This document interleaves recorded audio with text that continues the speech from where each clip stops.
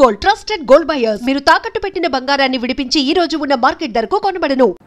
So ఇక్కడేంటి ఇప్పుడు ఇందాక మీరు చెప్పారు మ్యూజిక్ చెప్పారు కదా. Music I give one reference point. ఒకడు నా దగ్గరకు వచ్చి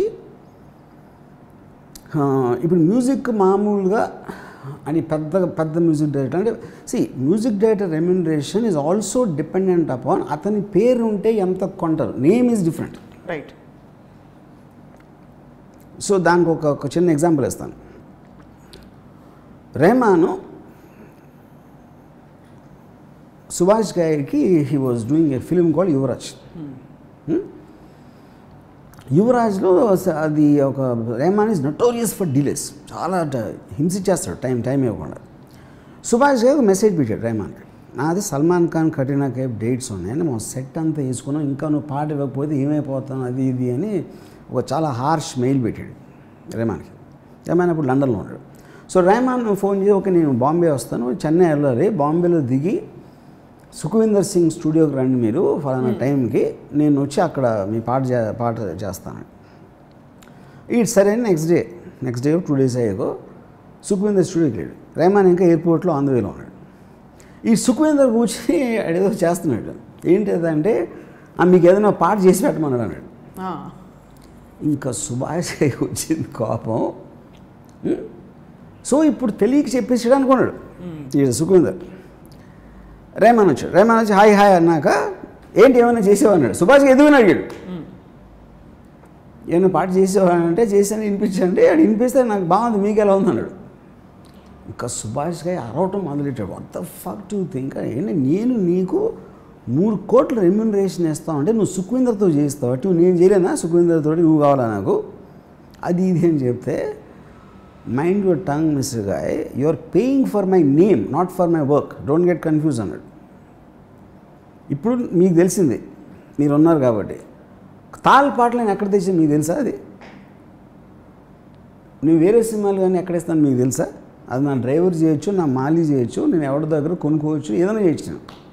నా పేరు ఇస్తున్నా, మ్యూజిక్ బై ఏఆర్ రెహమాన్ అని చెప్పడానికి మీరు నాకు డబ్బులు ఇస్తున్నారు. పాయింట్ 1. పాయింట్ 2, మీకు నచ్చిందా లేదా చెప్పండి. ఇది మీరు నచ్చకపోవచ్చు. నేనేమన్నాను, మీకు బాగుందని అడిగే తీసుకోండి అనలేదు కదా. మీకు ఇది బాగాలేదు అంటే I will do another thing అని చెప్పి నేను చెన్నై వెళ్ళి పంపిస్తాను. వెళ్ళిపోయాడు సుభాష్కి. వెళ్ళిపోయిన తర్వాత ఈ రెహమాన్ సుఖవీందర్ నాకు ఇదంతా సుఖవీందర్ చెప్పాడు. సుఖవీందర్కి ఫోన్ చేసి నాకు ట్యూన్ నిజంగా చాలా బాగుంది, అది నాకు అది ఫినిష్ చేసి నాకు మెయిల్ చేశాను. అయిపోయింది 1 year అయిన తర్వాత వీడు రెహమాన్ మేనేజరు ఒక 5 లక్షలు చెక్ అది పంపించాడు సుఖవీందర్కి. ఏంటి ఇది చెక్ అంటే, మీరు యువరాజ్కి ఏదో పాట చేశారంట కదా, రెహమాన్ అది వేరే వరకు అమ్మాడు, మీ షేర్ కింద 5 లక్షలు పంపమని చెప్పి అన్నాడు. ఎవరికి అమ్మాడు? స్లమ్ డాగ్ మిలియనర్ జైహో పాట అది. జైహో సాంగ్. ఇప్పుడేంటి సుభాష్ గారికి అంత ఎక్స్ట్రాడినరీ మ్యూజిక్ టేస్ట్ ఉండి జైహో సాంగ్ నచ్చలేదంటే ఎలా చెప్తారు మీరు? అది ఆయన మైండ్ స్టేట్, ఆయనకు ఉన్న కోపం, ఆయన సిచ్యువేషన్ సరిపోవు, ఏదో 100 కారణాలు ఉంటుంది దానికి. ఓకే, సో ఇప్పుడు ఒక లాజిక్ ఏంటి, మ్యూజిక్ డైరెక్టర్కి ఎంత ఇవ్వాలి అంటే, మీరు వాడి పేరు వాడితే ఆడియో కంపెనీ ఎంత ఇస్తుంది, వాడికి ఫ్యాన్ ఫాలోయింగ్ ఉందా, వాడి పేరు ఉంటే ఎంతమంది యూట్యూబ్ వ్యూస్ వస్తాయా, ఇదొక గేజ్. రెండోది అసలు పాట అంత నచ్చింది జనాలకంటే అన్నోన్ పర్సన్ పాట నచ్చేస్తుంది ఒకటి. అంతమంది ఇప్పుడు coverage music director first time చేసాడు అది, and he sold more then Rahman. అది పాయింట్ కదా. 3వ పాయింట్ ఏంటి, అసలు యాక్చువల్గా ఎంత కాస్ట్ అవుతుంది సాంగ్కి. దానికి ఒక ఎగ్జాంపుల్ చెప్తాను. నా దగ్గర వాడు వచ్చి ఒక పాట వినిపించాడు. అది ఒక ఆర్కెస్ట్రేషన్ ఎక్స్ట్రాడినరీగా ఉంది. నేను అసలు అలాంటిది వినలేదు ఇప్పుడు. అంటే అకాస్టిక్ సౌండ్స్ కానీ ట్రంబోన్స్ చాలా డిఫరెంట్ ఇది ఉంది. సో నేను ఇప్పుడు కీబోర్డ్ ట్రాక్ అంటే ఇప్పుడు చాలా రోజుల వరకు అసలు acoustic sounds, original flute, original strings లేకపోతే ఫీలే ఉండదు అని చెప్పేవారు. ఒక స్టేజ్లో ఏమైందంటే ఇది ఇచ్చే సౌండ్ వాళ్ళు ఇవ్వలేకపోతున్నారు మోస్ట్లీ. అప్పుడు చచ్చినట్టు ఆయన తీశారు. ఇప్పుడు ఎప్పుడైతే ఈడు నాకు వినిపించాడో, నేను ఎవరు చేశారు దీని ట్రాక్ అన్న, రాయల్ ఫిలార్మోనిక్ ఆర్కెస్ట్రా అన్నాడు. అది most expensive band in the world. అది జేమ్స్ కెమెరన్, స్పీల్బర్గ్ అంత పెద్ద రేంజ్ సినిమాలు చేస్తారు వాళ్ళు. సో నేను కానీ అలాగే ఉంది, ఏంటంటే అలా ఉంది ఆ ట్రీట్మెంట్, అది ప్లేయింగ్ అంతా అలా ఉంది. అది ఏంటి వాట్ యూ మీన్ అంటే, ఇప్పుడు మొత్తం ఈ సరిగం 10 నోట్స్ ఉంటాయి కదా, ఈ నోట్స్ని వేరియస్ కాంబినేషన్స్లో వాళ్ళు చెల్లోస్, స్ట్రింగ్స్, ఫ్లూటు, బ్యాండ్, ఏదో రకరకాల ఇన్స్ట్రుమెంట్స్ కాంబినేషన్ ఆ నోట్స్ వాయిచి they gave it as a kind of a gift to some Trinity College of music, ఏదో సమ్ మ్యూజిక్ ద వాళ్ళకి స్టూడెంట్స్కి వినిపించడానికి ఫలానా ఆర్కెస్ట్రా వాళ్ళు ఈ నోట్ ఇలా చేశారు అది దానికి. ఈడేం చేశాడంటే దాన్ని హ్యాక్ చేసి ఆయన తెచ్చుకున్నాడు. ఓకే, ఇది వీడి ట్యూన్కి పెట్టాడు. అది అప్పుడు ట్యూన్ వీడు కంపోజ్ చేసి వాళ్ళు ప్లే చేశారు. యాక్చువల్గా వాళ్ళే ప్లే చేశారు. వీడి కోసం ప్లే చేయకపోయినా వాళ్ళు ప్లే చేసింది వీడు అమర్చాడు.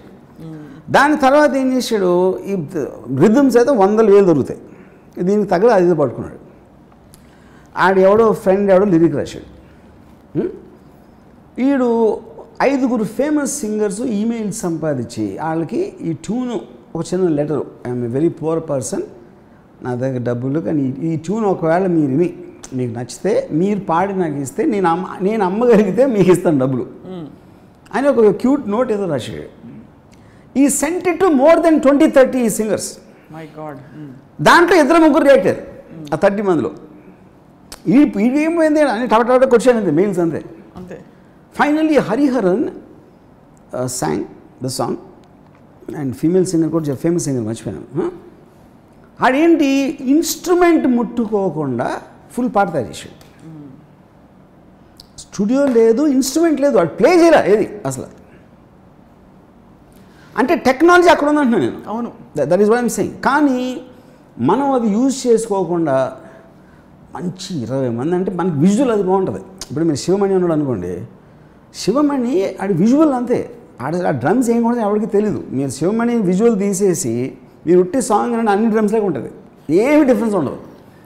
కానీ ఆడు విజువల్గా స్టేజ్ మీద టంకటగారని అన్నీ కొడితే అది అమ్మ వీళ్ళంటి డ్రమ్మర్ అసలు లేడు అనుకుంటాం మనం. So it work on stage.